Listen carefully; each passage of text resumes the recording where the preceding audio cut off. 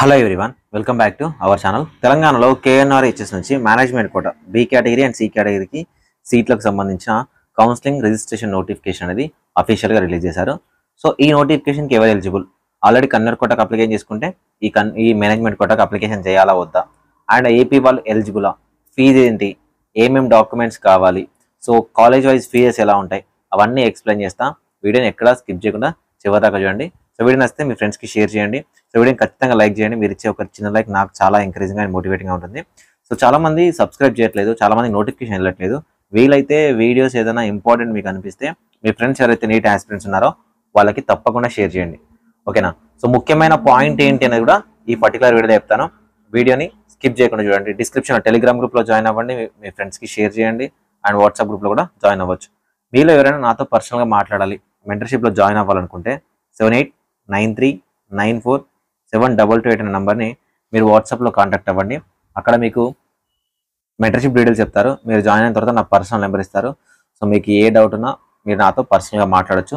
తప్పులు చేయకండి, ప్రీవియస్ ఇయర్లో ఎలాంటి తప్పులు చేశారో అవి కూడా మీకు చెప్పడం జరుగుతుంది, ఓకేనా. సో ఈ నోటిఫికేషన్ ద్వారా మనకి MBBS BDకి సంబంధించి private college, minority college and Neelima institute of medical sciences ఏవైతే ఉందో ఇందులో B అండ్ Cకి సంబంధించిన సీట్స్ అనేవి ఫిల్ చేయడం జరుగుతుంది. సార్ యాక్చువల్గా B అండ్ C అంటే ఏంటి సార్ అంటే మేనేజ్మెంట్ కోటా సీట్స్, ఓకేనా. మనకి ఇంతకుముందు వచ్చింది కన్నర్ కోటా ఫ్రీ MBBS సీట్స్, ఇది మేనేజ్మెంట్ కోటాకు సంబంధించి.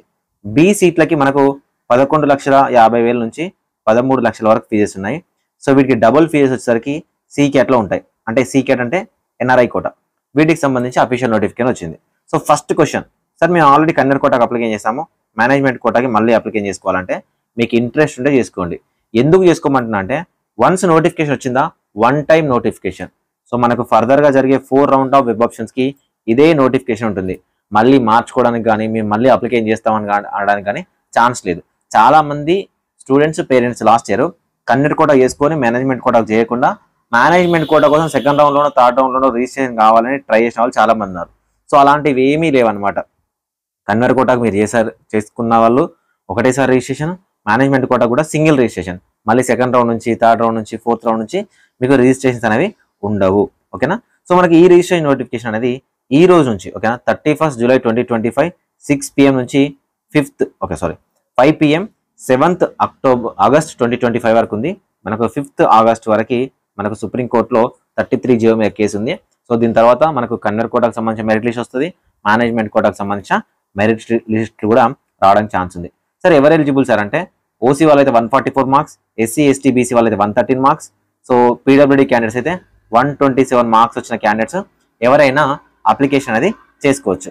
సో లోకల్ నాన్ లోకల్ గురించి మాట్లాడుకునే ముందు సో మనకు వచ్చేసరికి మీరు అప్లికేషన్ చేయాలంటే నీట్ UG ర్యాంక్ కార్డ్ ఉండాలి, 500 KB below PDF.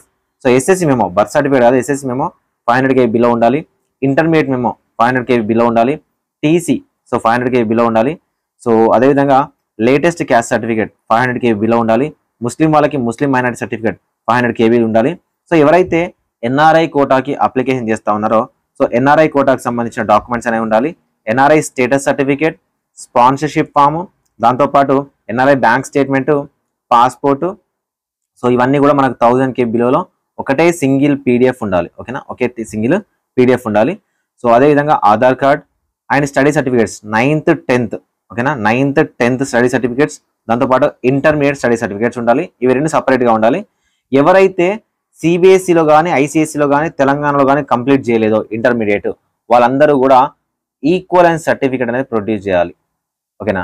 For example మీరు AP బోర్డు నుంచి చదివారనుకోండి, ఓకేనా, AP BIE నుంచి చదివారనుకోండి, మీకు ఈ ఈక్వలెన్స్ సర్టిఫికేట్ అనేది ఖచ్చితంగా కావాలి, ఓకేనా. సో అదేవిధంగా latest passport size photograph 100 KB ఉండాలి. సో స్పెషల్ వన్ సిగ్నేచర్ వచ్చేసరికి మనకు 100 KB బిలో ఉండాలి. సో మైగ్రేషన్ సర్టిఫికేట్, సో ఈ సంవత్సరం కొత్తగా అడుగుతున్నారు, ఎవరైతే ఇంటర్మీడియట్ అనేది అదర్ దాన్ తెలంగాణ నుంచి చదువుకున్నారో వాళ్ళకి మైగ్రేషన్ సర్టిఫికేట్ కూడా అడుగుతూ ఉన్నారు, ఓకేనా. 2 డాక్యుమెంట్ ఎక్స్ట్రా అడుగుతూ ఉన్నారు. సో 2 డాక్యుమెంట్, ఇది AP వాళ్ళకి, ఓకే. సో అది ఎందుకు అనేది చెప్తాను. తెలంగాణ వాళ్ళకైతే మైగ్రేషన్ అవసరం లేదు, ఈక్వలెన్స్ సర్టిఫికేట్ అనేది అవసరం లేదు. సో ఇవి డాక్యుమెంట్లు. అండ్ అదేవిధంగా ఫీజు అనేది ఫస్ట్ టైం కొత్తగా ఉంది, 12,000 రూపాయలు చేశారు ఫీజు పెంచడం జరిగింది. అదేవిధంగా NRI కోటాకు సంబంధించి ఇంతకుముందు ఎలా ఉంటుందంటే కోర్టు ఆర్డర్ తెచ్చుకుని యాడ్ అయ్యేవాళ్ళు, ఇప్పుడు అట్లా కాకుండా ఫర్ ఎగ్జాంపుల్ మీరు ఫస్ట్ రౌండ్లో BCAD యాడ్ చేసుకుంటే సెకండ్ రౌండ్ కానీ థర్డ్ రౌండ్ కానీ ఫోర్త్ రౌండ్లో కానీ సి క్యాట్ యాడ్ చేసుకోవాలంటే ఎక్స్ట్రా 2000 రూపీస్ అనేది మీరు డీడీ రూపంలో కేఎన్ఆర్ వచ్చేసి పే చేయాలి. అంటే యూనివర్సిటీకి వెళ్ళిస్తే వాళ్ళు మీకు సి క్యాట్కి యాడ్ చేయడం జరుగుతుంది. ఓకేనా. సో ఈ విధంగా ఈ చేంజెస్ అనేది చేశారు అండ్ డాక్యుమెంట్లో కూడా చేంజెస్ చేశారు. సో ఇవి మనకు ప్రజెంట్ కావాల్సిన ఇన్ఫర్మేషన్. సో ఇప్పుడు ఎవరు ఎలిజిబుల్ సార్, ఎవరు నాట్ ఎలిజిబుల్ సార్? యాక్చువల్గా ఏపీ వాళ్ళు ఇక్కడ ఎలిజిబుల్ అంటే ఏపీ వాళ్ళు ఎలిజిబులే. ఓకేనా. ఎవరికి ఎలిజిబుల్, ఏ డాక్యుమెంట్ అంటే ఏ సీట్కి ఎలిజిబుల్ అనేది ఒకసారి మాట్లాడుకుందాం. సో తెలంగాణలో మనకు బి కేటగిరీ సీట్స్ ఉంటాయి, సి కేటగిరీ సీట్స్ ఉంటాయి. సో బి కేటగిరీ సీట్లు 100 సీట్లు ఉన్నాయి అనుకుందాం. ఓకేనా. కేవలం 100 సీట్స్, 100% సీట్స్ అనుకుందాం. సి కేటగిరీ కూడా 100% సీట్స్ అనుకుందాం. సో ఈ సి కేటగిరీ సీట్లకి ఆల్ ఓవర్ ఇండియా వైడ్ వాళ్ళు ఎవరైనా eligible and NRI candidates eligible, foreign candidates eligible, Telangana వాళ్ళు ఎలిజిబుల్, ఆంధ్రప్రదేశ్ వాళ్ళు ఎలిజిబుల్. దీనికి లోకల్ నాన్ లోకల్ అంటూ ఏమీ ఉండదు. ఓకేనా. సో బి కేటగిరీ వచ్చేసరికి లోకల్ నాన్ లోకల్ ఉంటుంది. ఈ 100% సీట్స్లో 15% సీట్స్ అనేవి అన్రిజర్వ్డ్ సీట్స్ ఉంటాయి, యుఎన్ఆర్ సీట్స్ ఉంటాయి. 85% సీట్స్ అనేవి లోకల్ సీట్స్ ఉంటాయి. ఓకేనా. సో ఇవి తెలంగాణ లోకల్ వాళ్ళకి.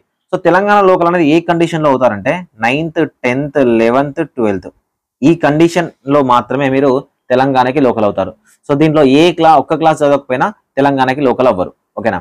సో ఈ 15% అన్రిజర్వ్డ్ సీట్స్కి ఎవరు ఎలిజిబుల్ సార్ అంటే AP, Telangana. So other than AP. ఓకేనా. Other than AP and TS అంటే all over India wide candidates application అనేది చేసుకోవచ్చు. ఇక్కడ ఈ 15% అన్రిజర్వ్డ్ సీట్స్లో. కానీ ఎవరైతే తెలంగాణలో కాకుండా అదర్ స్టేట్ క్యాండిడేట్స్ తెలంగాణలో అప్లికేషన్ చేస్తున్నారో వాళ్ళందరికీ ఈక్వలెన్స్ సర్టిఫికేట్ కావాలి అండ్ మైగ్రేషన్ సర్టిఫికేట్ కావాలి ఈ సంవత్సరం నుంచి. ఇది కొత్తగా ఇచ్చారనమాట. ఓకేనా. ఇది కొత్తగా ఇవ్వడం జరిగింది. సో ఎందుకంటే ఇంతకుముందు ఎలా ఉండేదంటే ఏపీలో ఇంటర్మీడియట్ చేసినా కూడా మనకు ఈక్వలెన్స్ సర్టిఫికేట్ అడగకపోతుండే, ఎందుకంటే మన దగ్గర ఇంటర్మీడియట్ అక్కడ వాళ్ళకి ఇంటర్మీడియట్ కాబట్టి. కానీ ఇప్పుడు తెలంగాణలో ఏపీ వాళ్ళు ఎవరైనా రిజిస్టర్ చేయాలనుకుంటే ఈక్వలెన్స్ సర్టిఫికేట్ అడుగుతున్నారు అండ్ మైగ్రేషన్ సర్టిఫికేట్ కూడా అడుగుతా ఉన్నారు. సో ఈ రెండు డాక్యుమెంట్స్ అనేవి ఎక్కడి నుంచి తీసుకోవాలి ఏపీ వాళ్ళంటే ఏపీ బిఐఈ నుంచి మైగ్రేషన్ తీసుకోవాలి. ఓకేనా. మైగ్రేషన్ తీసుకోవాలి. ఏపీ వాళ్ళు టీఎస్బిఐ అంటే టీజీబిఐ నుంచి ఈక్వలెన్స్ సర్టిఫికేట్ అనేది అప్లికేషన్ అనేది చేసుకోవాలి. ఓకేనా. సో ఈ విధంగా ఈ డాక్యుమెంట్ తీసుకుంటే తెలంగాణ ఎలిజిబిలిటీ అనేది ఉంటుంది. ఓకే. సో ఇది కంప్లీట్ ఇన్ఫర్మేషన్ ఎవరు ఎలిజిబుల్, ఎవరు నాట్ ఎలిజిబుల్ అనేది. ఆంధ్రప్రదేశ్ వాళ్ళు తెలంగాణలో బి అండ్ సికి అప్లికేషన్ అనేది చేసుకోవచ్చు. Thank you for watching this video.